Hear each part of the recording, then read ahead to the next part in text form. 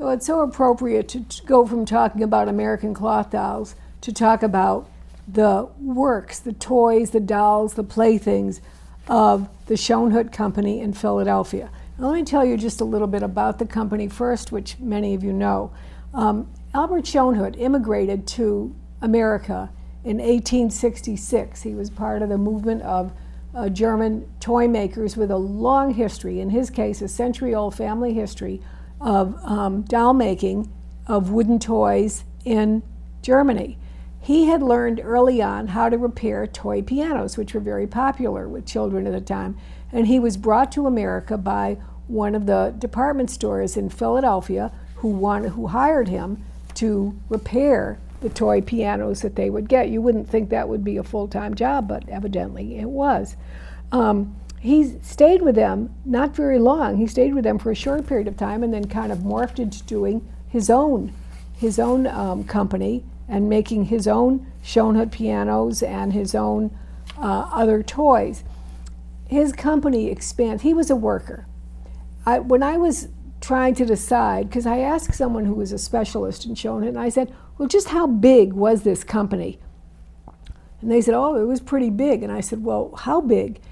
And after I talked to the person, and then I talked to other people, and then I did research, this was the biggest, hear me, the biggest doll and toy company in the world during its time at the beginning of the 1900s. That's major, that I think a lot of people don't realize. Well, I didn't pay attention to that before, so I kind of think it's pretty significant. We as doll collectors think of them just simply making dolls, but they made such a wide variety of toys. At the time that they, at their largest, they were city blocks wide in Philadelphia for their size.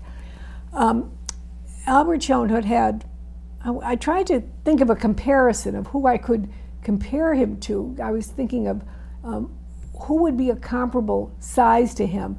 And then it suddenly occurred to me, very, very similar to the Steiff firm of Germany, both in the type of things that they were making, Steiff more into the cloth and the mohair, and Schoenhut into the wooden, but there were so many similarities. Here was the first one I came up with, and I just love this.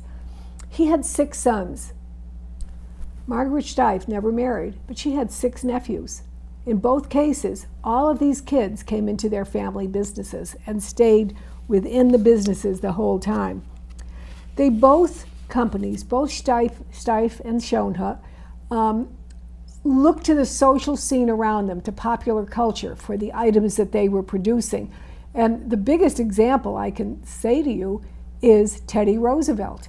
Obviously, Steiff produced the teddy bear, and Schoenhut produced Teddy's Adventures in Africa, which was a very, very popular toy, and of course was symbolic of what was important in the social scene at the time. Many of them produced many comic characters, and sometimes even overlapping, like Max and Moritz and Foxy Grandpa. They both did the versions of those toys.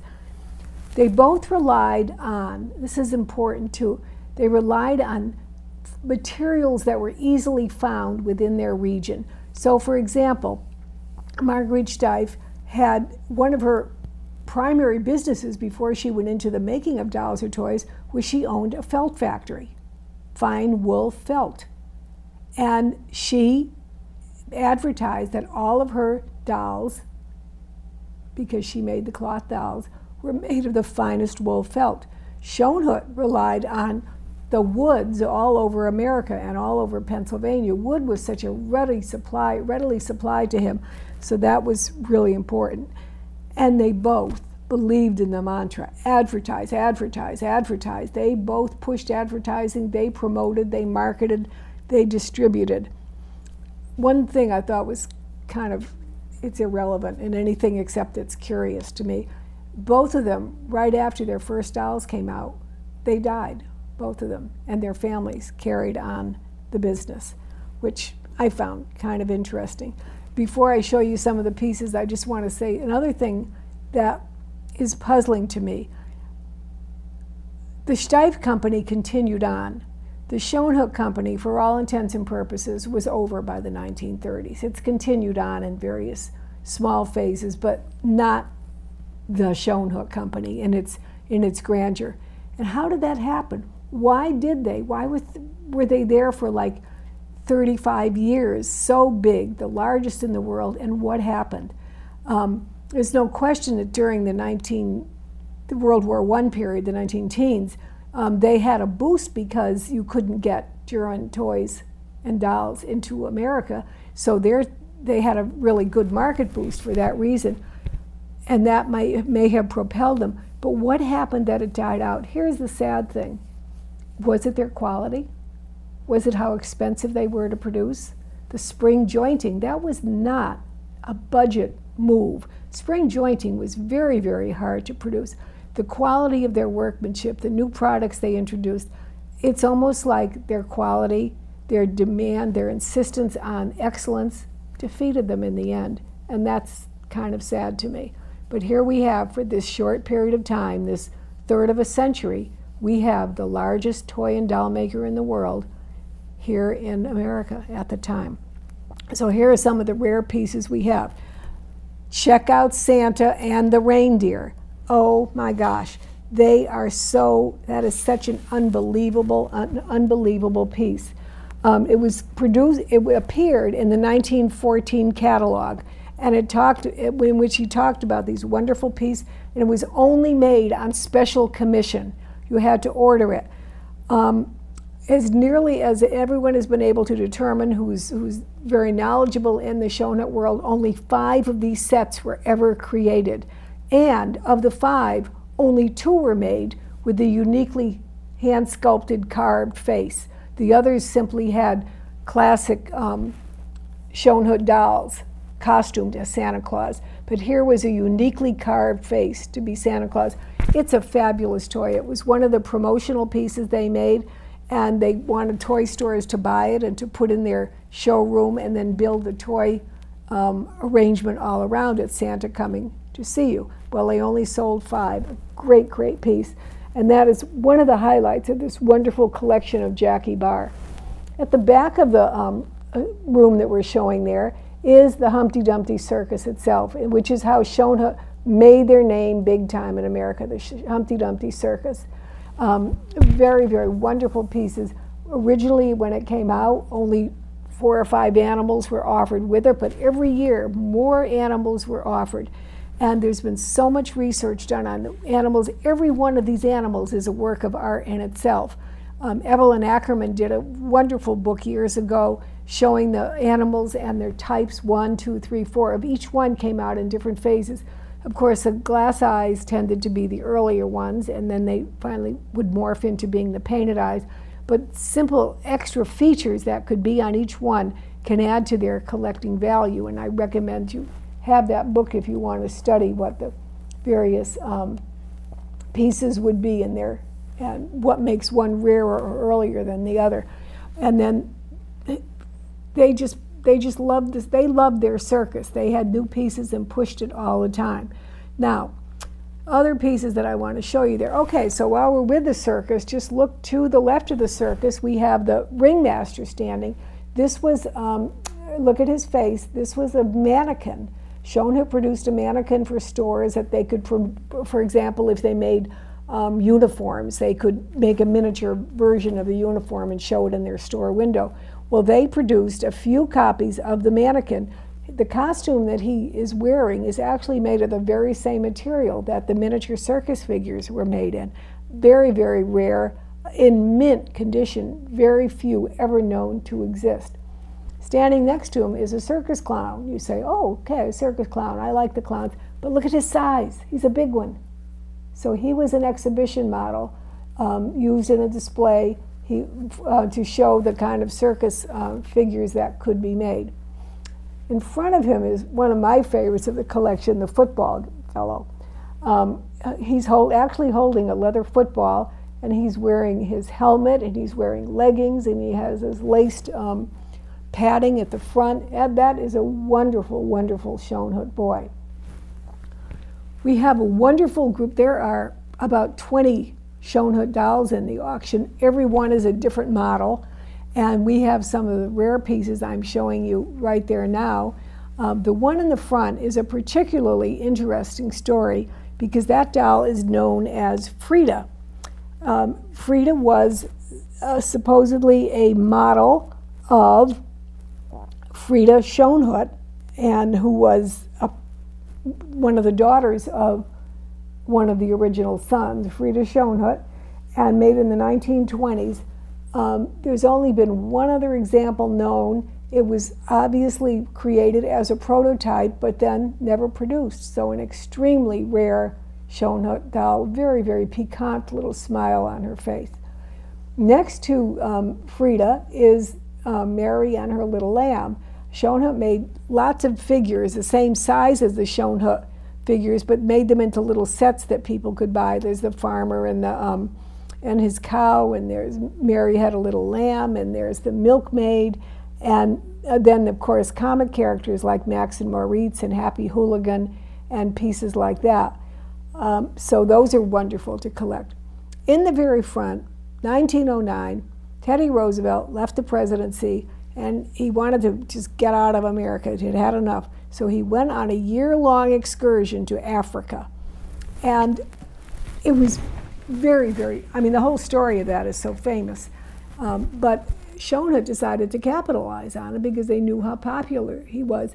And they came out with their series of Teddy's adventures in Africa. And you can see Teddy in the front looking exactly like him. We have the naturalist. We have Kermit, his son, who went with him as a photographer. And he's very nice. We have the native drummer. They had wonderful pieces to do Teddy's adventures in Africa. It was a great series and extremely popular, but so hard to find today, so hard to find any of those pieces. One of the things that they did with both Teddy and Kermit was they made them with jointed knees. Now, all of these other figures, the circus figures and the Mary with the little lamb and all of the little 8-inch people figures, had jointing at the shoulders and the hips. Only these figures have jointing at the knees, because they wanted them to be able to articulate so well, like if he was going to fire his rifle, if he needed to bend over and bend on his knee, he would be able to do so. And that was important because what did the jointing of the knee lead to? Yes, it led to the spring-jointed doll, which came out in 1911.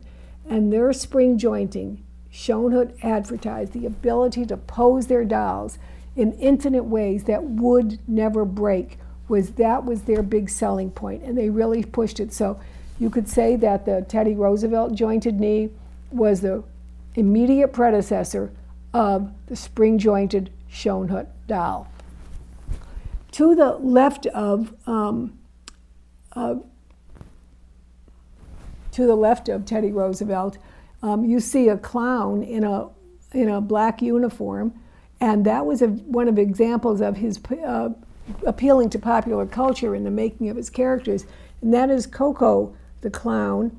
And he was made from Out of the Inkwell comic series, which you probably have never heard of, but at the turn of the century it was one of the most popular comic strip series in the Sunday papers, and everyone loved it. It was made for a period of like 8 years, extremely popular, and Coco was one of the figures in the Out of the Inkwell series.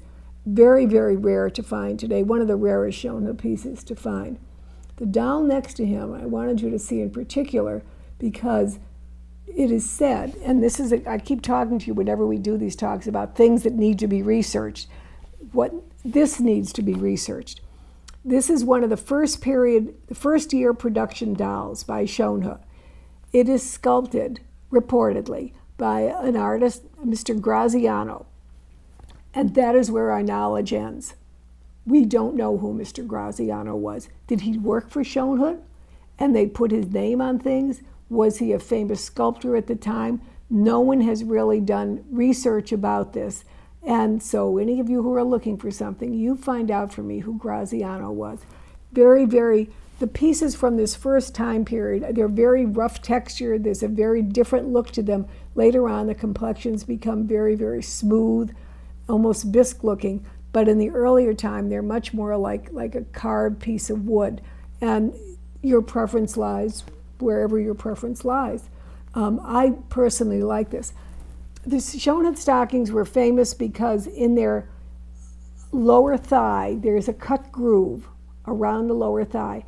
And Schoenhut did this because when they pulled the stockings on the doll, they wanted to have a groove that they could like almost rubber band the stockings to stay up on the doll. That didn't appear the first year. The first year there was no groove, there was only a little nail at the back of the leg. This may not seem important, it may seem trivia, but it does identify the first period, the first year doll production by Graziano. Look for the dolls that do not have the groove in the lower thigh. And that's important because the same model may have reappeared or may have been made for several other years. Next to him is Roly Dolly, which line of toys was one of the most popular in the Schoenhut line. They made them in numerous characters. And this is a very wonderful, large size example of a Roly Dolly with great sculpturing details to his face and all. And then finally, in the Schoenhut line, standing at the back, is the wonderful Japanese man. He's featured in Carol Corson's outstanding book. If you don't have that book, you need to get it, on the Schoenhut Encyclopedia, Doll Encyclopedia. This was a custom piece that was commissioned from Schoenhut. We don't know by whom, but there it is. It's all original, and it's absolutely perfect. And that is our wonderful collection of Schoenhut toys, and there are so many more.